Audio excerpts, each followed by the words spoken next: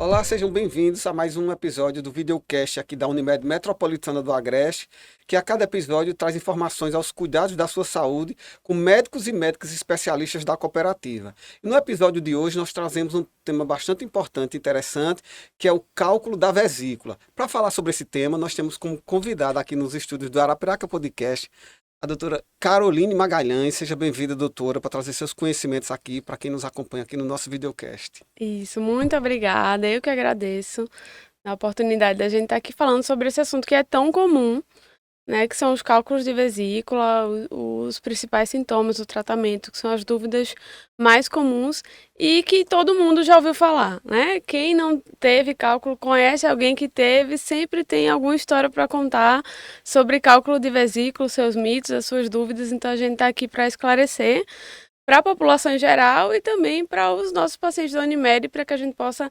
ajudar nesse tratamento e informar o máximo possível, né? Importante. Obrigado aqui pela sua presença. Popularmente a gente fala, principalmente as pessoas assim mais, vamos dizer, mais é, tradicionais, a gente sempre faz uma referência de pedra, pedra na vesícula, né? Que é a mesma coisa do cálculo, né? Só para poder a gente criar esse entendimento mais popular.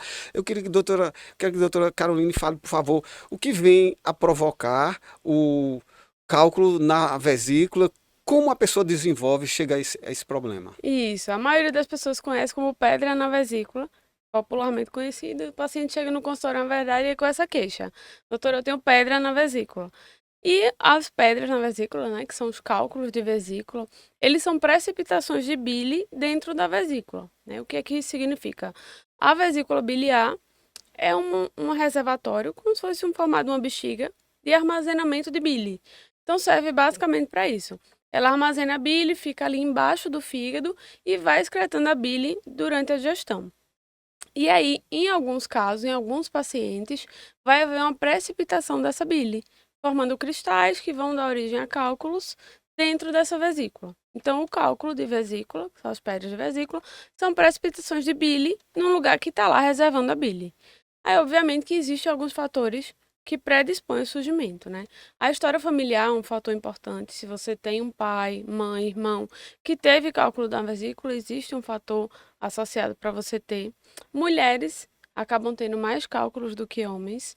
Mulheres que tiveram múltiplas gestações, inclusive as mulheres em período gestacional que têm cálculo na vesícula têm até mais chance de ter uma crise, uma dor e descobrem que tem cálculo durante a gestação por causa de uma crise de cólica biliar.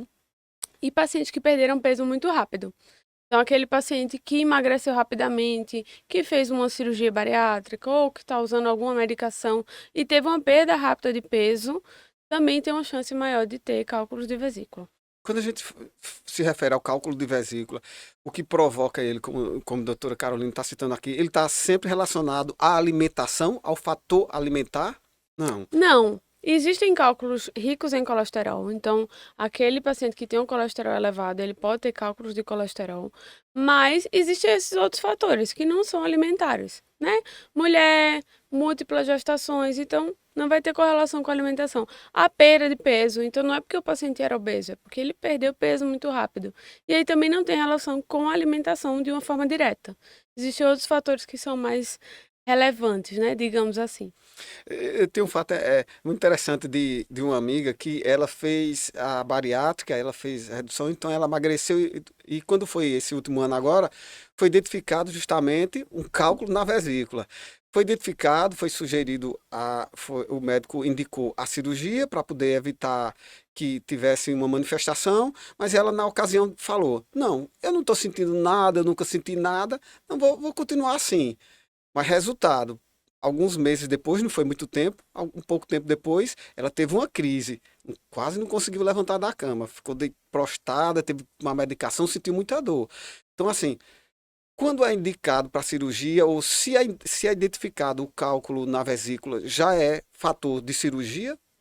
Então, é importante você falar isso, porque, como eu falei, é comum em pacientes que perdem peso muito rápido. E aí, às vezes, o paciente, nesses casos específicos, por exemplo, vai fazer uma cirurgia bariátrica. Aí existe também uma lei, vai fazer uma cirurgia bariátrica, tem obrigatoriamente que tirar a vesícula junto. E, na verdade, não é bem assim. O paciente da cirurgia bariátrica, nesse caso específico, ele vai fazer um pré-operatório para a cirurgia bariátrica e nesse pré-operatório já tem um ultrassom dentro dos exames necessários, né? E nessa ultrassom pode ser visualizado um cálculo. E aí sim, ele tem que fazer a cirurgia para tirar essa vesícula. Não precisa ser durante a bariátrica, pode ser antes, pode ser depois, mas é bom ele se programar para isso. Mas se ele vai fazer a bariátrica, fez a ultrassom pré-operatória e não viu cálculos, então ele não precisa tirar essa vesícula.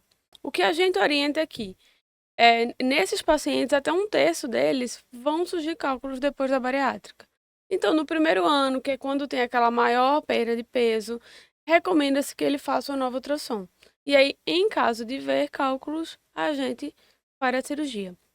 Aí todo mundo chega no consultório perguntando: doutora, eu tenho cálculos na vesícula. Preciso operar, não estou sentindo nada, igual a sua amiga.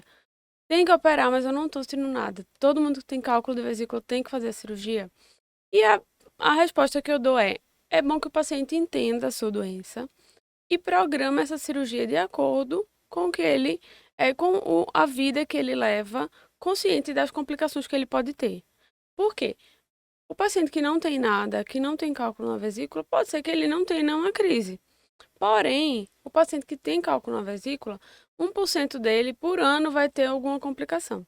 E aí essas complicações podem incluir dor, que talvez seja o que a sua amiga teve, só uma crise de cólica biliar, que é aquela dor bem característica, uma dor do lado direito do abdômen, às vezes pode puxar para o dorso, associada a enjoos depois de uma alimentação.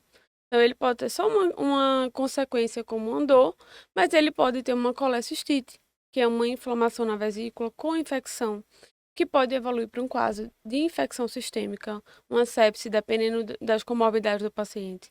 Ele pode ter pancreatite, que é um quadro relativamente grave, e quanto mais vezes o paciente tiver, mais grave é, causado por cálculos na vesícula. E ele pode ter coledocolitíase, que esse nome bem grande significa que o cálculo que estava na vesícula, ele migrou para o canal da bile, para o canal principal da bile, e causou uma obstrução. E aí, para a gente tirar esse cálculo, precisa fazer uma CPRE, que é um exame endoscópico invasivo, que a gente faz também, mas que é bem mais complexo, que é bem mais arriscado para o paciente. Então, o paciente entendendo a doença que ele tem, os riscos que ele está correndo, ele pode se programar para em algum momento fazer essa cirurgia. Não é uma urgência, desde que ele não esteja com nenhum desses sintomas, com nenhuma dessas repercussões. Não tem que fazer de um dia para a noite. Não vai morrer se fizer nesse mês, a menos que vá urgenciar. Mas é bom que ele entenda, para ele se programar e em algum momento, né, fazer essa cirurgia. Até porque é uma cirurgia, então, querendo ou não, o paciente vai exigir um cuidado de pós-operatório, vai exigir um cuidado de repouso, para não pegar peso, para não fazer esforços. Tem essa questão das atividades, então o paciente se organizar no seu trabalho, com o seu empregador, explicar a cirurgia, o tempo que você ficar de repouso, ou, por exemplo, no caso das mulheres, que muitas vezes o cuidado com os filhos está atrelado à mulher e ela se programar em relação ao cuidado dos filhos, a um suporte, uma rede de apoio familiar, para que a cirurgia seja feita no melhor momento. Não precisa de um desespero, não tem que correr de uma hora para outra com essa cirurgia, descobrir que tem um cálculo, vou ter que operar essa semana. Mas entender os riscos e a partir daí se programar, né? Para poder a cirurgia ser feita da maneira mais segura. Quando se fala de cirurgia, quando se é indicada a cirurgia, quais são os cuidados que se deve ter? Do pré-operatório e do pós-operatório. Como se dá essa questão? Então, a vesícula, ela atua na digestão, né? A bile, ela auxilia na digestão, principalmente das gorduras. Então, quando a gente se alimenta, principalmente alimentos que tenham mais gordura, frituras, doce, manteiga, ela vai estimular a vesícula, o alimento, a digestão vai ser estimulada e a vesícula vai trabalhar, digamos assim, entre aspas, para excretar essa bile que está armazenada lá para fazer essa digestão. Então, o paciente que vai operar da vesícula, até o dia da sua cirurgia, o que a gente recomenda é que ele evite esses alimentos mais gordurosos. Por quê? Quando a vesícula vai atuar, né, trabalhar, excretando a bile e tem um cálculo lá dentro, ela vai sofrer e vai causar as dores, que são as cólicas biliares. Nesses processos de cólicas biliares recorrentes, pode ter uma colecistite, que é uma infecção. E aí o paciente necessita que a cirurgia seja feita de urgência. E a cirurgia de urgência é sempre uma cirurgia mais arriscada para o paciente. Tem mais riscos em relação a perfurações, a infecções, a formação de coleção, a sangramentos e riscos relacionados à anestesia de uma forma geral, se o paciente tiver em sepse. Então, para que o paciente não opere numa urgência, a gente orienta que até o dia de operar, ele tenha algumas restrições alimentares. Mesmo não estando em urgência, se a vesícula estiver em crise, se ela estiver um pouquinho inflamada, a cirurgia tecnicamente já é mais difícil. Então, consequentemente, é mais arriscada. Então, antes da cirurgia, uma dietazinha sem gorduras, sem frituras, sem bebida alcoólica, sem alimentos que sejam mais hipercalóricos, que tenham muito açúcar, muita manteiga, para que essa vesícula esteja o mínimo inflamada possível e a cirurgia seja tecnicamente menos arriscada para o paciente. Quando a gente se fala, então, agora do pós-operatório, passei pela cirurgia para retirada da pedra na vesícula. Como se dá esse pós-operatório? Então, o pós-operatório é relacionado basicamente à adaptação do organismo, né? Como eu falei, a vesícula ela atua para fazer a digestão das gorduras. Então, o paciente que tirou a vesícula, o corpo dele, de um dia para outro, não tem mais essa vesícula e vai sofrer um processo de adaptação, né? O corpo vai parar e agora como vai ser essa digestão? E aí essa adaptação dura em torno de 6 meses. Então, depois da cirurgia, pode ser que quando o paciente consuma alimentos que tenham mais gordura, ele tenha alguma alteração no hábito intestinal, em relação ao hábito de evacuação. Basicamente, em relação à retirada da vesícula, é isso. Agora, existem os cuidados relacionados à ferida operatória, que aí já são outros, né? O paciente que opera, existem dois tipos tradicionais de cirurgia.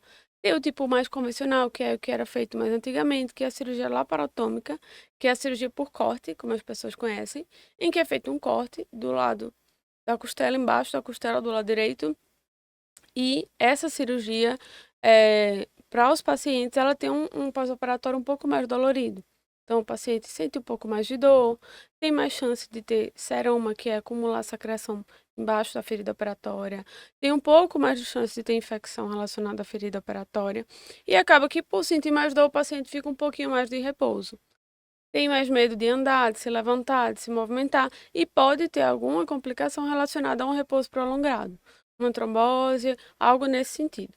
Então, as orientações em relação ao cuidado vão ser direcionadas para essa ferida maior. Limpeza, cuidados com pegar peso, fazer esforços, mas não fazer repouso absoluto. É importante que o paciente se locomova, caminhe, dentro de casa, pelo menos. Às vezes o paciente fica com tanto medo de doer, de abrir os pontos, que quer ficar deitado. Tem paciente que opera comigo e eu digo, olha, não pode pegar peso, tem que ficar um pouquinho mais de repouso. Ah, não, doutora, eu vou ficar um mês deitada na minha cama. Se não vai de jeito nenhum, porque aí você vai ter outros problemas. Complicações pulmonares, pneumonia, trombose. Então, cuidados em relação à ferida.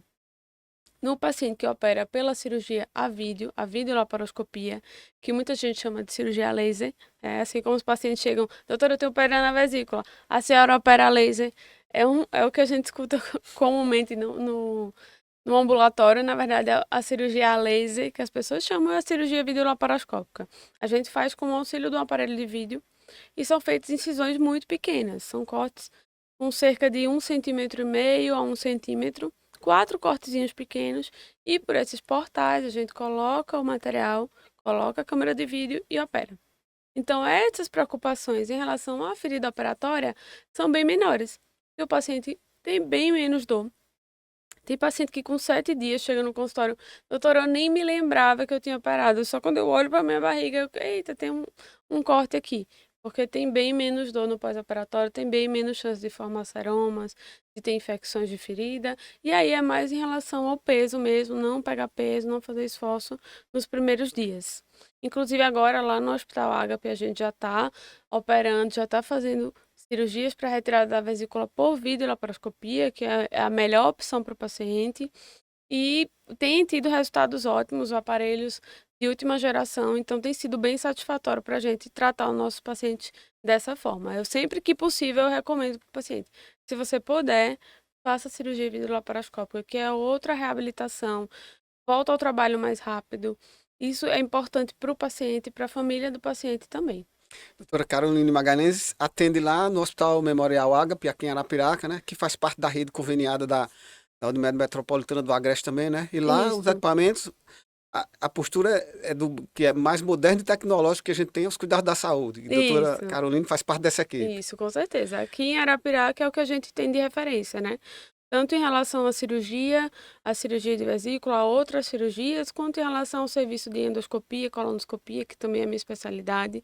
Esse procedimento que a gente faz para retirada de cálculos da via biliar, né, que é uma complicação de quem tem cálculo de vesícula, coledocolitis, CPRE, a gente já está estruturando o serviço para também já fazer lá, que é uma inovação. Os pacientes aqui de Arapiraca não tinham acesso pela Unimed e a gente vai conseguir colocar lá também para oferecer o que há de melhor em relação à saúde para os nossos pacientes daqui, né? Boa notícia para quem é aí cliente Unimed Metropolitana do Isso, Agreste. estão muito bem cuidados. E doutora Caroline tem em sua especialidade, né, a endoscopia digestiva, que cuida justamente de fazer a endoscopia e também a colonoscopia, que são exames de imagens, que dispõe lá também no Ágape, lá na sua clínica. Isso. A gente atende, faz consultório e faz endoscopia e colonoscopia lá na Clínica Cedetag, na Avenida, e no Hospital Ágape já também estamos fazendo. Eu fiz a especialidade em cirurgia geral e fiz a residência em endoscopia digestiva, que é outra residência, que algumas pessoas têm até uma certa dúvida, né? Ah, você fez residência em endoscopia, mas você faz colonoscopia também. Na verdade, a residência de endoscopia digestiva são 2 anos de exames de via endoscópica. Então, são exames que utilizam aparelhos de via endoscópica. Então, não é só a endoscopia. A gente termina a residência apto a fazer exames de via endoscópica. Endoscopia, colonoscopia, a CPRE, né, que foi o que eu mencionei anteriormente, que na verdade o nome é colangioduodenopancreatografia retrógrada. Um palavrão bem grande para essa abreviação, que é outro exame de via endoscópica, mas é com outro aparelho que a gente acessa a via biliar. É uma via bem delicada, como se fosse da espessura de uma caneta Bic, mais ou menos. E a gente vai lá com o aparelhinho e pesca aquela pedrinha, dilata aquele canal para desobstruir, entre outros exames, né? Enteroscopia, cápsula endoscópica, existe uma gama muito grande. Não são exames só diagnósticos, como muitas pessoas acham. Ah, eu vou fazer para ver a doença que eu tenho. A gente faz a terapêutica, então na colonoscopia a gente faz o exame, mas a gente também trata o paciente, a gente também faz biópsia, a gente também retira a lesão. Existe uma gama muito grande de serviços e que a gente já está oferecendo também lá no Hospital Ágape. E que esses exames são extremamente importantes, atuais e importantes, né, para quem quer cuidar da saúde, né, a endoscopia e a colonoscopia, né, Exato. São os principais fundamental. exames de rastreio e prevenção para muitas doenças. Quando a gente fala da vesícula, fez a cirurgia, tirou o cálculo da vesícula, fez a cirurgia. Quando você precisa fazer a cirurgia, vai dizer que eu vou retirar minha vesícula ou necessariamente não? A gente pode ter o cálculo na vesícula, vai ser cirurgia, mas não retirou a vesícula permanece lá. Ou não. Teve o problema, vai fazer a cirurgia, vai ter de retirar a vesícula. Então, também é outra dúvida bem frequente dos pacientes. Tira só as pedras ou tira a vesícula inteira? A cirurgia tira a vesícula inteira. A gente faz a ressecção completa do órgão. Tanto a cirurgia por laparoscopia, que é a cirurgia por vídeo, quanto a cirurgia aberta, a gente faz a ressecção completa do cálculo. Então, tira a vesícula inteira. E aí, por isso que existem esses ajustes, né, em relação à adaptação do organismo, né? Porque, querendo ou não, a gente tira um órgão do paciente. Apesar de ser um órgão que tem uma função mais de armazenamento do que de produção, mas não deixa de ter as suas repercussões. Então, tira a vesícula inteira, as pedrinhas que tiverem dentro, para que essas pedrinhas não migrem para outro lugar também. É uma cirurgia que faz a ressecção de tudo. E a partir daí é essa readaptação natural do organismo, requer um acompanhamento, naturalmente a gente já se adapta. Olha, tem muitos pacientes que não têm sintoma nenhum, que opera da vesícula e sai tranquilo, como se nada tivesse acontecido. Quando o paciente tem sintomas discretos, a gente faz uma orientação em relação à reintrodução alimentar, tomar certos cuidados, tomar certas precauções. Se isso for muito crônico, se o paciente realmente tiver uma diarreia muito importante, a gente pode fazer uso de algumas medicações e aí fica um acompanhamento ou no ambulatório do cirurgião ou no ambulatório do gastroenterologista. Com as medicações, com a dieta, o acompanhamento nutricional é importante para o paciente fazer essa reabilitação. Mas na maioria, grande maioria das vezes, o paciente sai da cirurgia sem muitos sintomas depois. Na verdade, ele sai melhor dos sintomas que ele estava tendo, né? Ele estava Certamente. sentindo dor, estava sentindo desconfortos, náuseas após a alimentação e depois que opera, se livra desses desconfortos e dos riscos também, né? Se livra dos riscos de ter esse tipo de complicação. Desenvolver novamente, que não vai ter mais como nesse sentido, né? Vai Exato, ficar livre. não tem mais como. O paciente pergunta, doutora, mas tirou o cálculo, tirou a pedra, e se aparecer outra pedra? Eu disse, olha, na vesícula não vai aparecer, porque nem vesícula tem mais. Existem cálculos biliares, de via biliar, cálculos primários, que a gente chama, mas também são bastante raros. É bem menos comum o paciente desenvolver um cálculo em via biliar principal. Geralmente, esses cálculos são mais relacionados à vesícula. E aí, quando isso acontece, aí a gente tem que partir para um tratamento endoscópico, que aí seria fazer a CPRE, que aí é uma outra via de procedimento. A via de acesso é por endoscopia, é igual a endoscopia normal, faz pela boca, não tem corte, não é uma cirurgia com corte no abdômen, mas é como se fosse uma cirurgia por via endoscópica. A gente vai com o aparelho até esse ducto, que é por onde a bile caminha para o intestino, faz uma abertura, um pouquinho dessa entrada desse ducto com o aparelho. Lembrando que é um procedimento bem delicado, então é uma via muito fininha, é um diâmetro muito pequenininho, todo o material que a gente usa é muito específico para isso. E aí a gente vai nesse ductozinho, nesse caninho lá dentro e tira esse cálculo, dilata ele para que não se formem mais cálculos. E aí a gente tem um tratamento de uma via biliar principal, que é feito por CPRE também. Mas fez a cirurgia, tirou a vesícula, está livre dos cálculos. No mais, seria o quê? O recomendado para se manter uma vida saudável, seguir uma vida saudável. Alimentação, atividade física, qual é a recomendação da doutora Caroline nesse sentido, para as Para ter pessoas? uma vida saudável, com pedras na vesícula, sem pedras na vesícula, a alimentação e a atividade física é o que eu recomendo para todos os meus pacientes. Eu acho que tem uns até que ficam com raiva, porque chegam lá, doutora, mas eu tenho uma dor assim, uma dor desse jeito. Eu digo, olha, experimente fazer 3 meses de atividade física, vamos ver se não vai melhorar. A gente tem comprovado cientificamente inúmeras pesquisas dos benefícios físicos e mentais da atividade física na vida do paciente. Então, eu vi recentemente até um comentário, não vou me lembrar onde foi, mas foi uma discussão que a atividade física hoje em dia não é mais uma opção. Eu faço por um lazer, eu faço por ter um corpo, um bem-estar, uma vaidade. Não. A atividade física hoje é prevenção e tratamento. Então, assim como você faz um exame de mamografia anualmente para prevenção do câncer de mama, assim como você deveria fazer uma colonoscopia eh, para todos os pacientes a partir dos 45 anos, você deveria fazer uma atividade física, né? Uma prevenção tanto de doenças cardiovasculares, quanto de doenças, transtornos de ansiedade, doenças neurológicas, comprovadamente fator de proteção para o câncer de mama, para o câncer de intestino, para inúmeros outros cânceres. Então, é o melhor antineoplásico, digamos assim, o melhor remédio para não ter câncer. Hoje é você se alimentar bem e você praticar atividade física. A gente faz colonoscopia, que é o exame de prevenção para o câncer de intestino. Está indicado para toda a população a partir de 45 anos, porque detecta um câncer precoce. A gente consegue, inclusive, através do exame durante o procedimento, retirar essas lesões que são precursores do câncer. Então, antes que a lesão se torne um câncer, a gente já faz uma ressecção para prevenir. É o melhor exame, é muito eficaz, é muito eficiente. E como a gente está nesse meio, a gente está sempre estudando, se atualizando e vendo cada vez mais o quanto é importante o paciente se alimentar bem e fazer atividade física para não ter um câncer de intestino. Então, alimentações é, é, eu, obviamente não é a minha especialidade em nutrição, mas a gente, como está todo dia nesse meio, tratando doenças intestinais, prevenindo, a gente tem que ter o mínimo de noção, né? Alimentos o mais natural possível, sem condimentos, sem conservantes, sem excesso de sal, de bebida alcoólica e atividade física regular, cardiovascular, ou seja, uma atividade aeróbica, a que a pessoa gostar de fazer, e musculação. Apesar de não ser preferida de muita gente, é importante a gente ter uma reserva muscular no nosso corpo para prevenir algumas doenças bem importantes cardiovasculares, doenças vasculares e ter uma autonomia na terceira idade, né? O que eu falo para os pacientes é como é que você se imagina quando você estiver mais velho?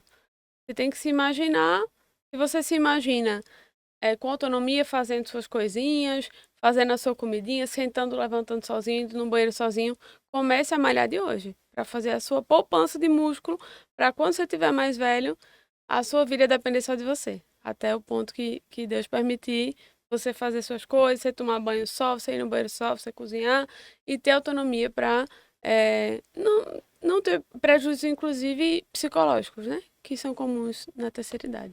Tá dado o recado. Eu faço um adendo, um reforço assim, quando a gente fala da musculação, por exemplo, que a gente tem outros tipos de atividades que são físicas, como a calistenia, né? Que você ganha músculo usando o Isso. peso O do seu peso do próprio próprio corpo. corpo. Pilates, Pilates, né? Tem uma que gama, não tem desculpa tonifica, para não não se tem fazer desculpa. Hoje em dia, se atividade procurar, física. tem acesso em todo canto. Verdade. Uma coisa que a gente não mencionou aqui que é importante é falar sobre o diagnóstico dos cálculos de vesícula.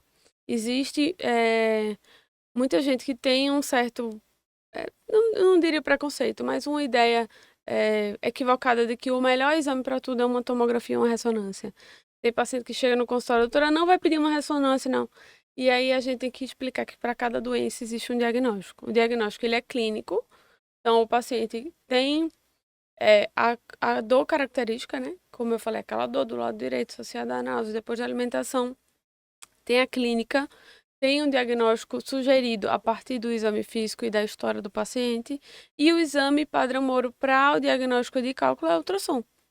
Por mais que pareça para muita gente, mas é só uma ultrassom, é o melhor exame.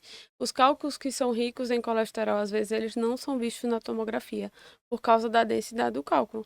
Então, o melhor exame para ver cálculo de vesícula é a ultrassom. A ultrassonografia, que também a gente já tem acesso em diversos lugares, já foi montada até no Hospital Ágape, um serviço muito bom de radiologia e ultrassom. E a tomografia, a ressonância, elas são reservadas para casos específicos em que a gente tem outras suspeitas de outras doenças que possam estar associadas, aí a gente lança a mão desses exames. Mas o diagnóstico é ultrassonográfico. Então, na dúvida, se você tem um cálculo ou não, procure um médico, né? Um médico da sua confiança, que é muito importante, um médico que esclareça suas dúvidas. Que hoje em dia a maioria da população está indo para a internet para buscar respostas e chegando no médico já com respostas pré-formuladas, às vezes com fontes que não são seguras.